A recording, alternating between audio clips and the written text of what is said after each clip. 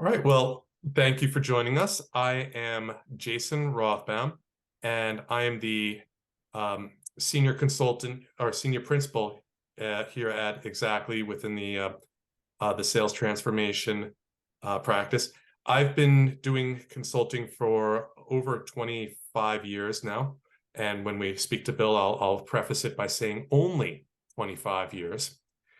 I have been with Deloitte in their Salesforce consulting practice. I've been with the Alexander Group. I've also led as a director of sales operations the practices at Sonic Healthcare, Viridian Energy, Adecco Staffing, and Charter Communications. I'm joined today by Bill Bauer, who is the VP of Product Development at SBR Consulting. This is a leading sales transformation consulting company, and Bill has been in the sales structure work as a sales leader and consultant for the past 40 years. And he's worked both as a consultant and internally. Unlike other leading consultants out there, he's actually held a bag at Vodafone, Nortel, where he was a sales leader. And he brings a vast amount of consulting experience with leading sales companies with him as well. Today's topic will be optimizing the management and structure of sales organizations with a focus on how these sales structures need to change based on the strategic challenges that the business is facing. This is a particularly relevant topic these days as we've gone through intense gyrations in the markets. In a short period of time, we've gone through downturns, intense pressure on job markets, inflation, and now it looks like we're gearing up for growth. And this has led to an intense restructuring of sales teams. So, Bill, I've worked with you for many years, and I'm always floored by your encyclopedic knowledge of how to structure a sales team, what works and what doesn't. And I'd like to queue up a few of the common sales strategies or sales motions, and talk to you about some of the items that you've seen and the nuances of the projects that you've worked on. So how does that sound? Yes, thank you so much. A very generous introduction, Jason. Thank you so much. Sure. For those of your listeners who've never heard of SBR Consulting, and I'm sure there are plenty, but we've been around about 20 years. We work with about 1,000 clients, and interestingly, we were just reflecting on this as a leadership team yesterday. We've actually worked with almost 100,000 salespeople. So we would say we at least understand something about the way that the sales mind works. And I think that's really relevant as we discuss this linkage between structure and strategy on one side and compensation and reward on the other. Because one thing is for sure, if you change your strategy and you change your structure, but you don't then align it with compensation and reward, you're very unlikely to reach the goals that you've set. So, thank you, Jason. 100,000. 100,000. I just want it noted that I lived in New York City for 10 years, and I don't even think I bumped into or looked at that many people. So obviously a wealth of experience there. So let's queue up one. Let's look at one that it's always a hotbed of discussion and always most confusing: acquisitions. So you have a sales team that is now needing to combine with another sales organization. You have two separate organizations. What are some of the things that companies need to think about as they change their sales structure? So it's a great question, Jason, and it's one that we come across in many different guises. If we just think for a moment about why these acquisitions are taking place, typically what's happening is that company A is acquiring company B with the intention of taking either their products to across the customer base or to shift across geographies, but essentially it's being justified on the basis that there will be some form of synergy. In other words, it's not just 1 + 1 = 1.5, which is what typically happens to their valuations, but it's 1 + 1 = 2.5, because that some magical synergy is going to take place. And when you put probe what that synergy is going to be, a lot of it is dependent on actually ticking up the sales growth, right? And so, company A now says we're going to sell all of our products across not just our base, but ours and company B's, and we'll take company B's products and we're going to sell them across all of the base. And so this marvelous cross-selling is going to take place, which will dramatically drive revenue up. And it'll mysteriously come out of thin air, and everyone will get along. Yeah, and everybody will get along, and it will all be fine. So that this is much harder to do than it sounds, and I think it's worth just slightly peeling that back to asking, why is it so hard? Because on the spreadsheet it all looks pretty straightforward. I mean, you just change a few cells, right? I mean, it just can't be that hard. And I think part of it is a misunderstanding about what salespeople are doing, and part of it is a misunderstanding about the sales psychology that's going on. So let's just quickly take each of those. So the first one is, and I have many times heard senior leaders explain sales this way. The mental model is that if the salespeople will just talk about all of these products, right? If they will just show all of the slides, then sales will happen, right? Because clearly the only thing that people need to do is just describe the full list of products, and then customers will start buying them. Now, it is axiomatic that this is a doomed approach, right? The idea that simply if only customers were just told more about our products, they'd be buying more. I mean, clearly going to fail, right? We know that that's a dead end. So that's one. It's like when reps used to show up with an actual bag full of products. Absolutely. All we have to do is just take it out of the bag. Just take them out of the bag.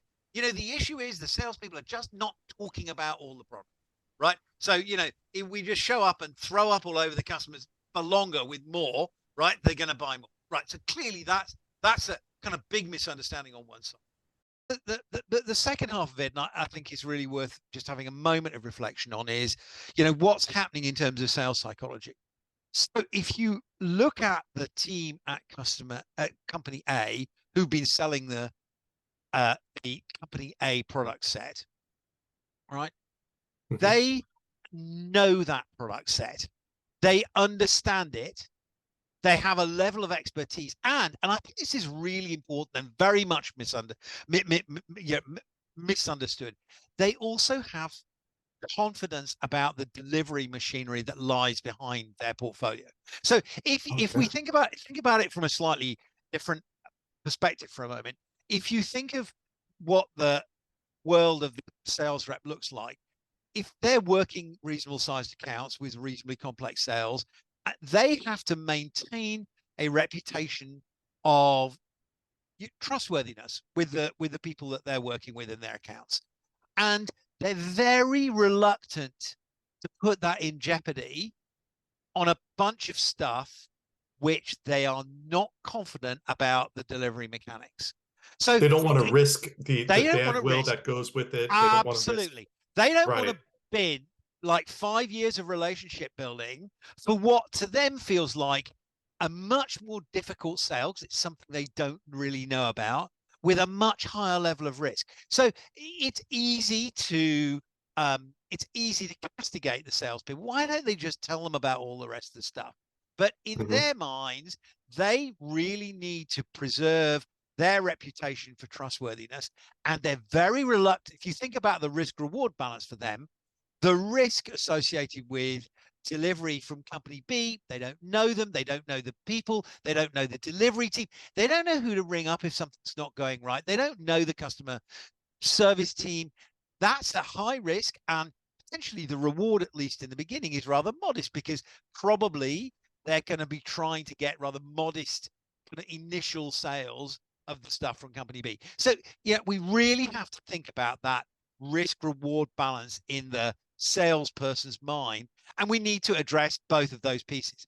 So I've done post-acquisition postmortems, and I talked to many sales companies, sales organizations rather, sales leaders that have done the acquisition, and it's always company A is selling their legacy product, company B is selling their legacy product. Well, how did you try to integrate them? We threw a lot of cross-sell bonuses, we did tons of training, and they still are only selling what they're comfortable with, because probably what you're saying rings absolutely true. Because the risk reward balance risk doesn't reward, make sense exactly. I don't want to risk ruining my relationship. I don't want to risk losing my base of business over an untested product just because they're throwing money at me. The reward does not merit the risks that I'm going to take. That's exactly right. That's Interesting. exactly right. That's exactly right. And again, you know, there's this feeling that if we could just train them up enough on the other products, which, by the way, when they say that, what they mean is we want them to know all the list of features on the other products, right? Then it'll all be fine. Again, yeah, Right. again, a complete misunderstanding of what the salespeople actually need to do, Mhm. which is, you know, understand who the buyer personas are for this product, understand what's likely to motivate them, be able to articulate the benefits, have a complete list of, you know, issue consequence. So there's a lot of work that needs to go around, which is not about cross-training them on the product. It's about giving them the stories of the landmark deals, the understanding of the questions they need to ask, making sure that they really understand who the buyer personas they are. And again, just briefly to say that another classic misunderstanding is people feel that the products from company B be sold into the legacy customers of company A, that it's somehow spilling to the same company, is spilling to the same people. But this may not. Right. There's There's different sales points. There's maybe different. exactly Right. maybe completely different buyers from the ones that they already know. So again, Mhm. you're asking them to, in a sense, do a lot of real new logo work. So, all right. So we spend a lot of time discussing problems. So let's just think about, you know, some of the solutions that kind of go around this, and I think are worth thinking about. Um, Obviously, you know, we need to dismantle the sort of idiotic prejudice stuff that we, you know, just have to list or know the product. So let's sweep the misunderstandings out of the way to start with. That because they're We'll getting in the lift up. We way. have plenty of rugs. We'll sweep it under the Yeah, rug. yeah. Those things. Yeah, we're never going to make progress while we've still got those illusions in mind. So Right. things that can help. Overlays, bluntly, uh, you know, overlays, not forever, but as a transitional mechanism to help rebalance that risk and reward can really make sense. Mhm. You and I have worked together on So some wait, of this wait. before. I Yeah, have to sorry, ask go this ahead. before Yep. we. When you say overlays, you're talking product specialists, vertical specialists. You're talking about all that group of people who have a specific set of skills that a generalist wouldn't have.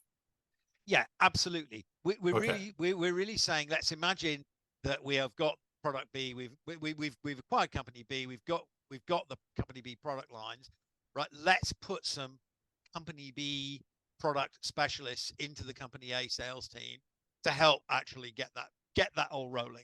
So I think Right. there's stuff that can be done then structurally. Yeah, Hmm. it maybe it's expensive, but it's probably much less expensive than just nobody cross selling. So that's one thing. And then in terms of incentives, you know, you and I have worked on this before. I think there's definitely some stuff to be done around um, nuances of cross sell kickers. So Yeah. one thing that I think is really worth thinking about is white to green. So a lot of the time when we talk about these things, we get people to visualize their accounts as being white space, and that what they're trying to do is turn more of that white space to green. So, you know, white to green Yeah. programs in a sense.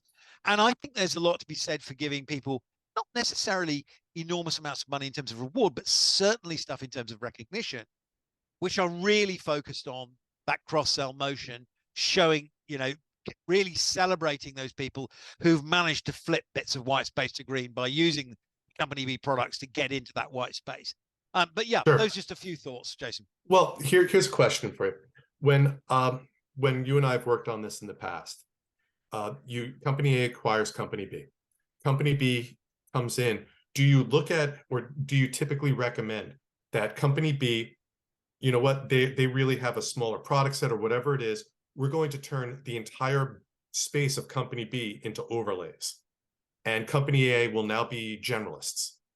Or do you say that company A is now a quarterback, And whenever they want to sell company B products, they have to open the door and co-sell. How does that actual overlay, or what's the trigger for creating the overlay, or what's the trigger for keeping them separate? What's the thought process there?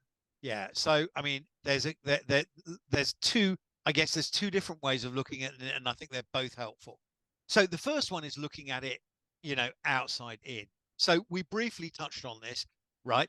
If the Hmm. buyer personas are really radically different between the product set from company A and product set from company B, and the Right. people in company A, that sales team just doesn't know those people, right? It's pretty high risk to simply say we're going to dissolve the company B sales force and add them on top, because really what you're actually doing is you're doing effectively new logo sales, even though they are existing company A customers. You're going to have a bit of help, but Hmm.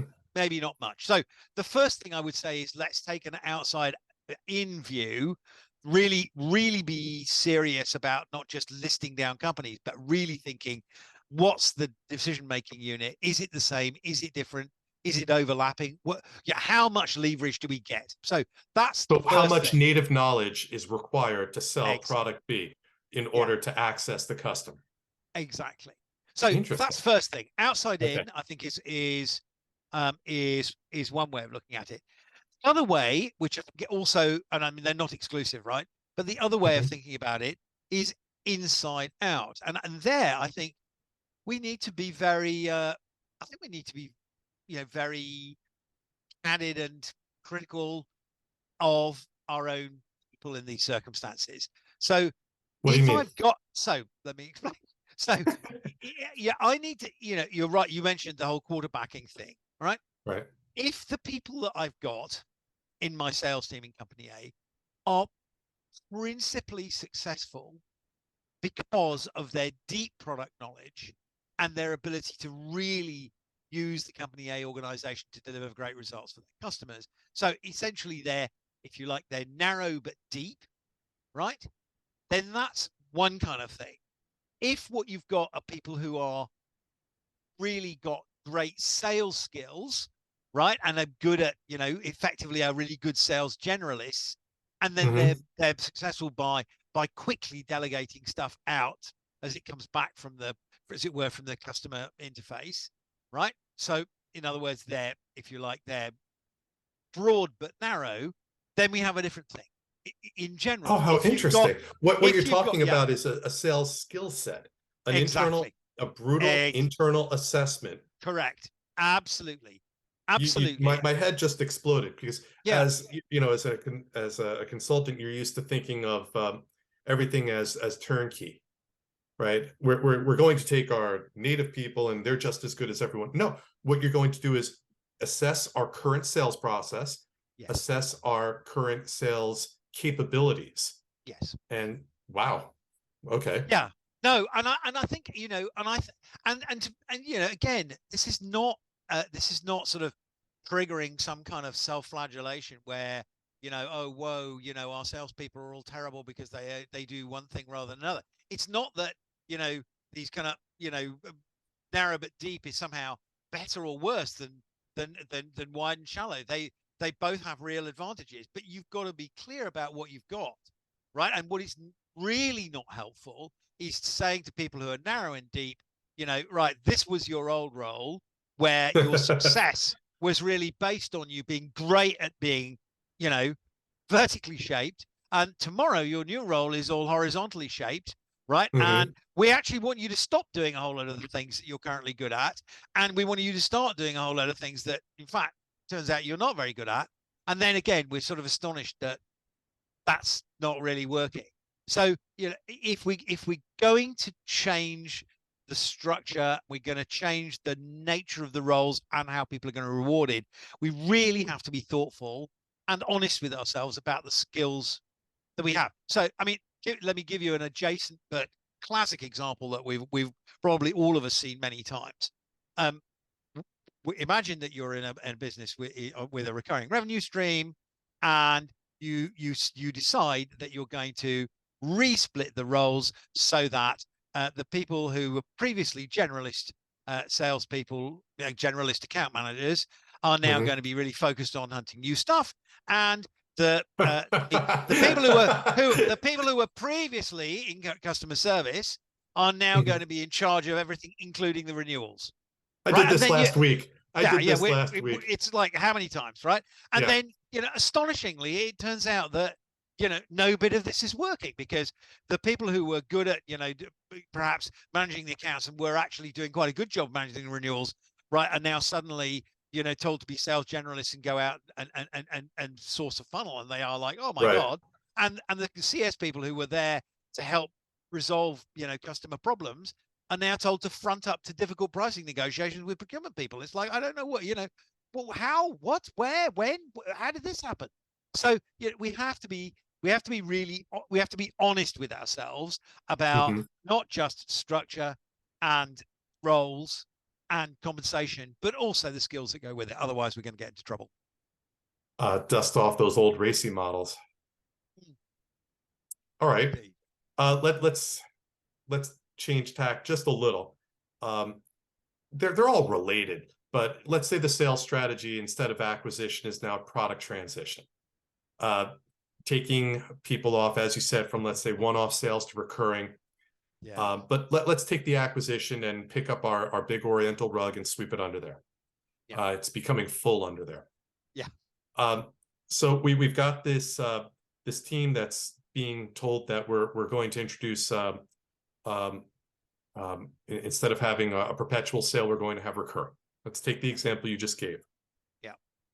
Now we've got to play the internal musical chairs, Yeah. and we've got someone who's now responsible for let's say we went from a generalist role because we had one contract type offering. Now we're going to have recurring. We're going to have hunters and farmers. Yeah.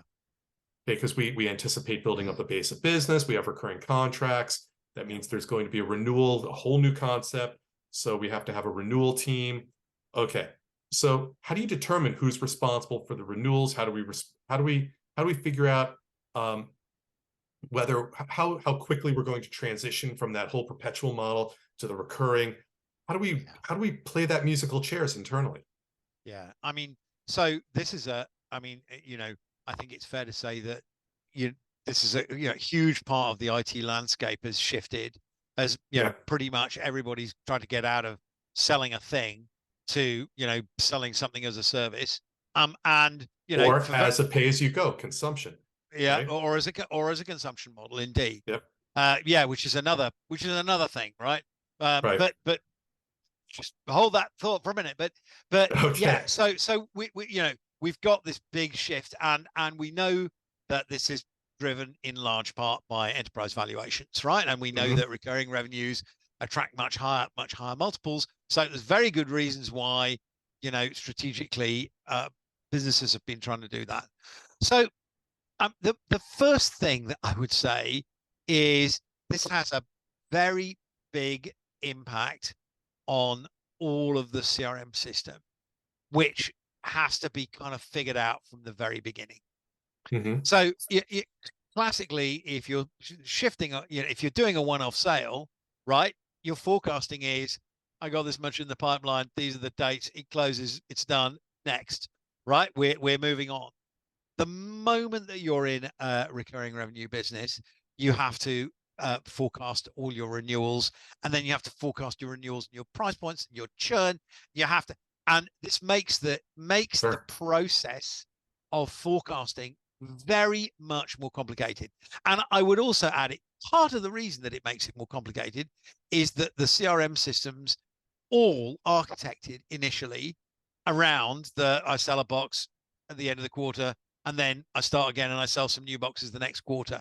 So they're Yeah. not natively very happy with dealing with recurring revenue streams. So it's really quite awkward. Right. Let's assume that we've got on top of all that, because if we haven't got on top of all that, then we can't really do any of the rest of the things, because we actually can't track any of the things that we think we might want to pay on. And we all know And there's no then yeah, point having a pay yeah, plan which is on variables that we can't measure. It's not a good thing. And I have right. personally been paid on things that couldn't be measured, and it's a sort of bizarre experience. So let's not do that. Okay. Um, So, you know, let's assume we've got that working, and then I Hmm. think we have. So again, this is all this is very sort of dogmatic of me, but I think again it's very helpful to think of this outside in, in terms of the customer journey. So let's imagine that I'm a customer, right? Who might I be coming across, and how do we incent those people to effectively to execute the behaviors that are likely to make me a happy, renewing, growing customer? So I'm going to talk possibly to an SDR. I'm then going to perhaps talk to a new business sales rep. I'm then going to talk to an account manager, Hmm. and then maybe I'm going to talk to a delivery person, maybe even a renewals rep. I'm not sure, right? But probably at least four. So what do we do in terms of paying those people The touch points that expand. make that flow across? Well, Okay. so the first thing that we know, and we know from our own experience as customers, is that what we really really hate is having to restart everything every time we talk to a new person. So Yeah. if the information isn't flowing across during the customer journey, it's thought that, oh my God, I can't bear it. This is the fourth person I've had to, and I have had these exact words from customers saying to me, I can't believe you sent me somebody else. Do you really mean I have to educate yet another one? Right? It's an infuriating thing for a customer to have to do, Of to try course. and explain again what the hell we were trying to do when we spent this money with you. It's really really painful. So we don't want that. The second thing that nobody wants as a customer is a feeling that stuff's been just kind of thrown over the wall, right? So the idea that you work very closely with a new business guy, and you've got to know them and trust them, and they've really demonstrated great things, and the moment that they sign the contract, you sign the contract, it's like a puff of smoke. They've disappeared, and they And ghost you. everything works Like, well, and yeah, there's I no mean, implementation yeah, issues. There's no, no, no. you know, But you don't, adoption, they nothing like that. Unused you features, exactly none of that, right? And none of that. literally, you feel like they're literally ghosting you. You ring them, they never ring back. They never ask your email. Well, why is that? Well, that's because we've set up a compensation scheme which incents that specific behavior. In this Hmm. case, what that would tell me is that you've told the new logo sales guys that they get paid the minute the thing is signed, but the minute it's anything after that, they're not getting anything from it, and they're on the hook for the next deal. Right. It So sounds like you're blaming though the compensation plan. Whereas I when I get in, I usually blame the job role. I'm yeah, looking at the job role going, well, I design the plans to follow the job role. The job role absolutely. tells them to go out and hunt. That's exactly right. So I mean, I think Jason, you're absolutely right. This is the plan. The comp plan is only doing what's written in the job role, right? So we Hmm. need to be really thoughtful about, well, how do we define that job role in such a way that that miserable experience doesn't happen? So one of the things that I've done with clients that I've done, we both have, is this idea of laying out the customer journey map and really thinking about, well, how are the roles overlapping, and how do we make sure that everybody's incented to be aligned? So, I think there's a good case. Like, just make a more concrete example.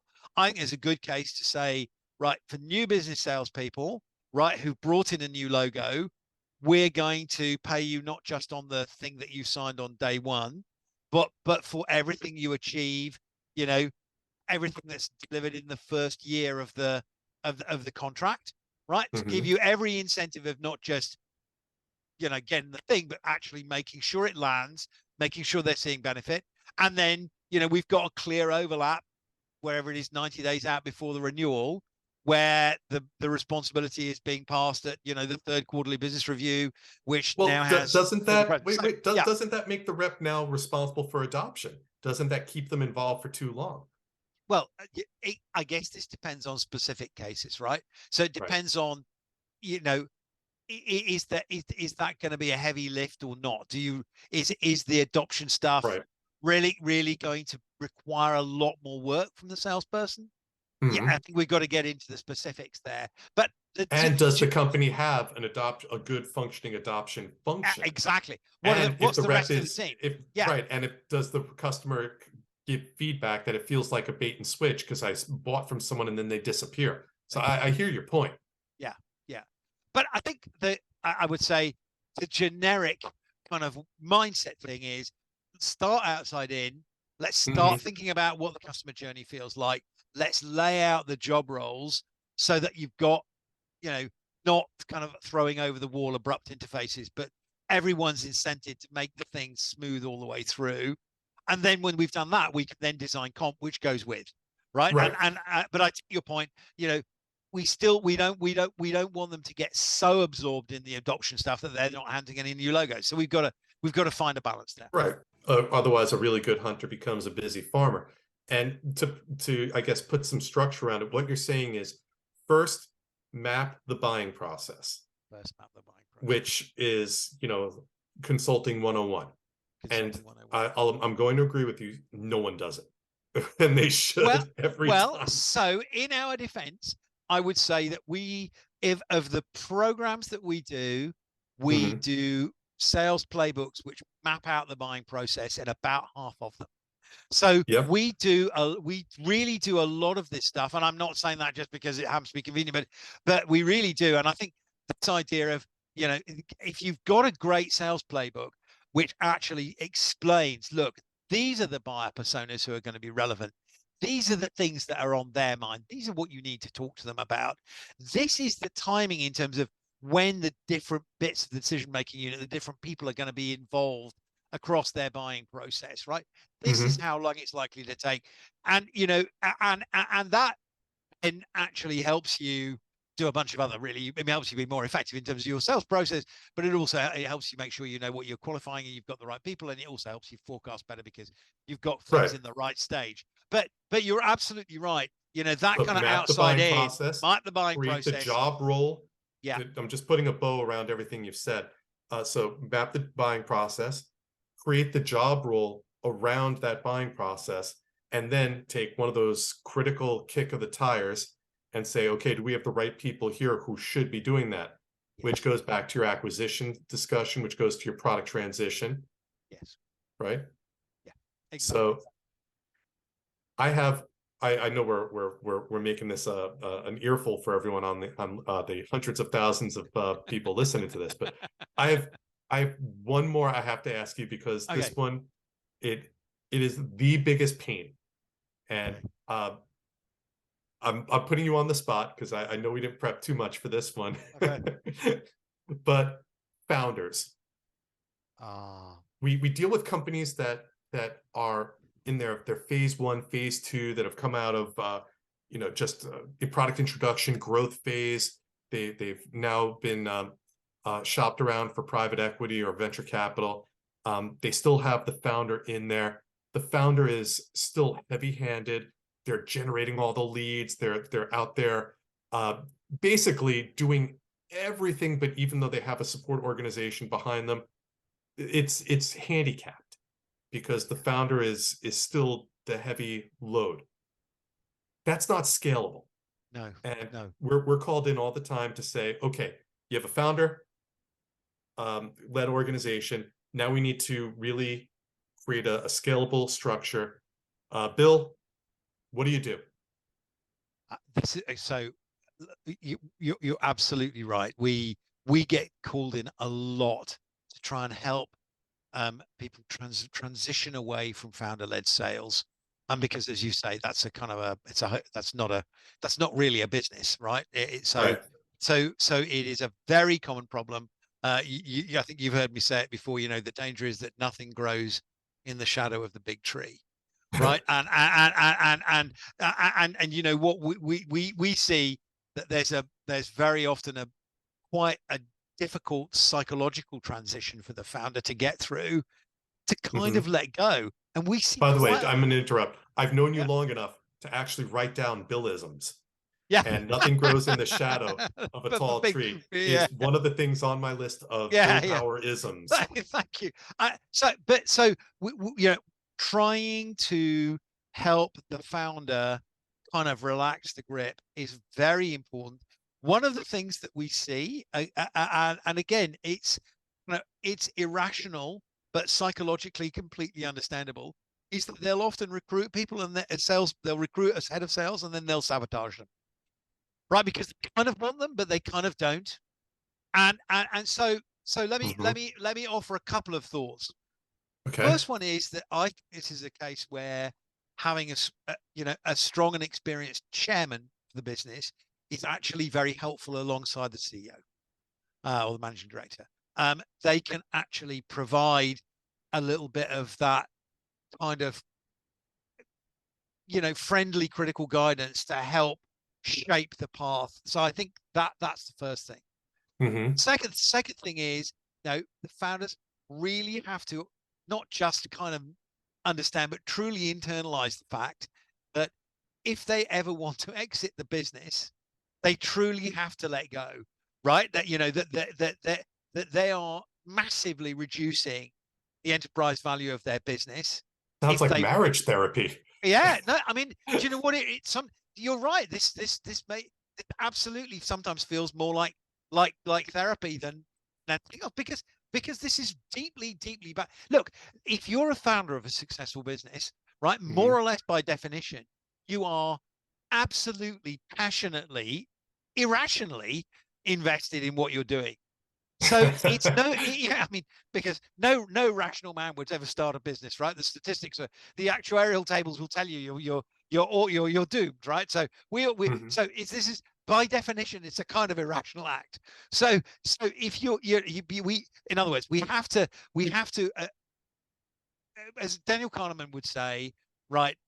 People are humans, not econs. They're not economically rational. They're human beings, and we have to address their human motivations. And the first, so have a strong chairman who can really help.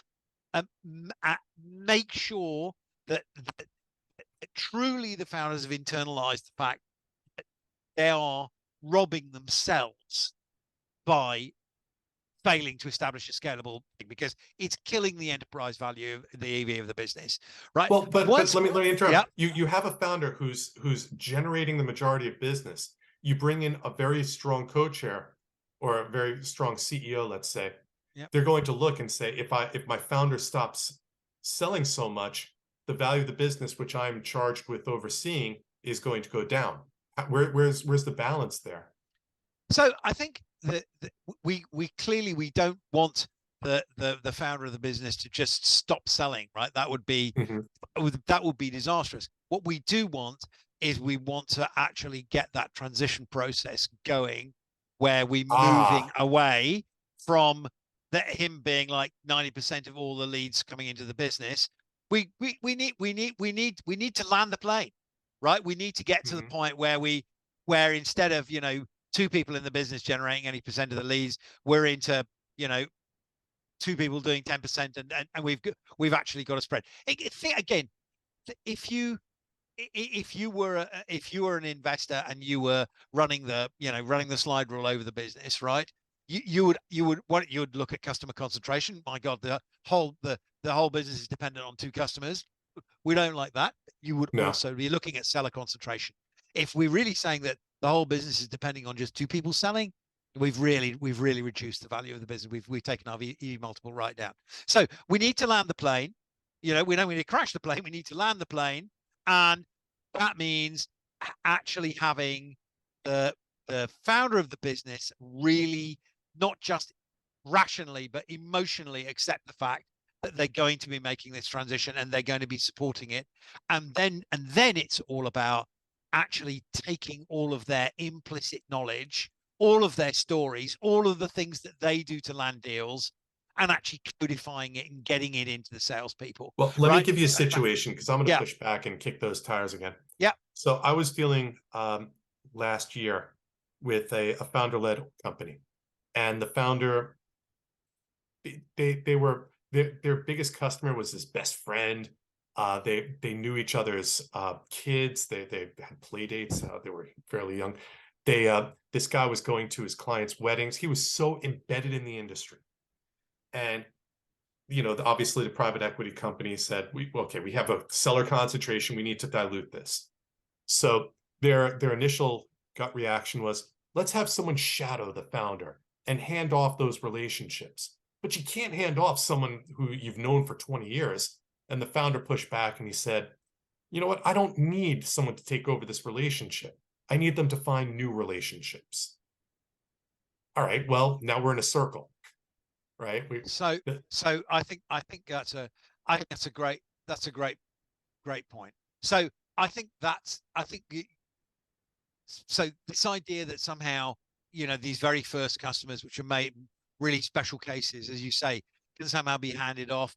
Well, I think there probably is some stuff that can be handed off, because ultimately it's not just between two individuals, it's between two businesses. Oh, And good point. there's a I there's a never pitched it like that. yeah. So we need to be sure that all of the other relationships are moving on. One of the models that we talk about a lot with customers is moving from the bow tie to the diamond. Is this one this idea that the Another salesperson Billism. the salesperson is like the knot in the center of the bow tie, and Ah, everything from the one both sides go through them. And that's a brittle, that's a not a robust. So conceptually we always want to move people from being bow ties to being diamonds, so we've got a broader contact surface on both points, and we should certainly not see the founder as being the knot in the center of the bow tie with every customer. That's a disaster. So first thing is, let's reconceive of those relationships as not just being bow ties but being diamonds. So the founder is still there, he's still got his great personal relationships, but there's other things going on.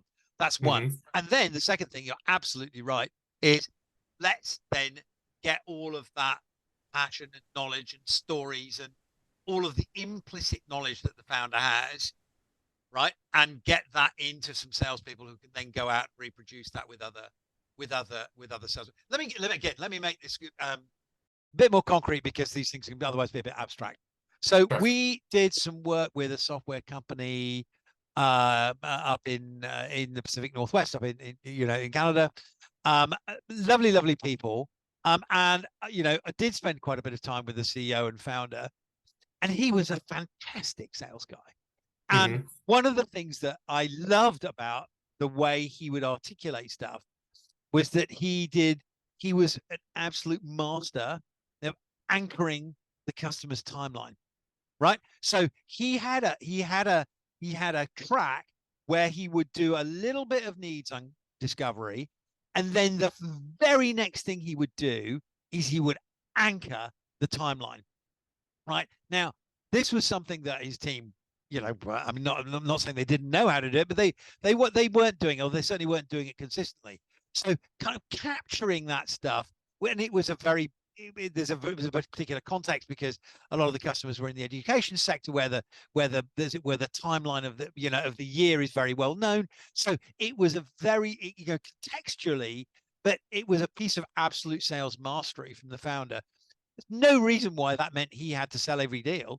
We just needed to capture that and make sure it was getting really replicated. I'm sorry, we've got away a little bit from sales comp there, but that's a kind of crucial Hmm. thing, I would say, in terms of trying to get people off the founder-led sale, out of the founder-led sales trap. Unbelievable. I I threw out the idea that maybe we should just treat the founder as though that person were a high priced salesperson within the organization. But that didn't work very well. So I'm glad to hear some new ideas from you. I think I don't think that works, Jason, because I think ultimately the founder's motivation is usually tied up with two things. One, an absolute passion for the thing that yeah, they've developed and selling, right? And the second one is really the enterprise value, right? So really the exit multiple in terms of enterprise value actually is the really important thing for them, because kind of yeah. that's what they're going to retire on. So I think it's really important that we peg what we're doing with them to those things, rather than try and massage them into a sales role, which I think is quite hard to do. Hmm. Well, it didn't work for me, so um, I will gladly pilfer like a magpie some of your ideas. I think we've gone pretty long here. Uh, so let me end it on a high note. I always learn something new whenever I speak to you. So thank you for spending so much time, and opening the bag of tricks that you have, and the vast experience that you have. Jason, So I an I appreciate your time. absolute pleasure, absolute pleasure. And I hope that some of this at least will stimulate a few thoughts in the hundreds of thousands of listeners to the podcast. So thank you so much for your time. Thanks, Jason.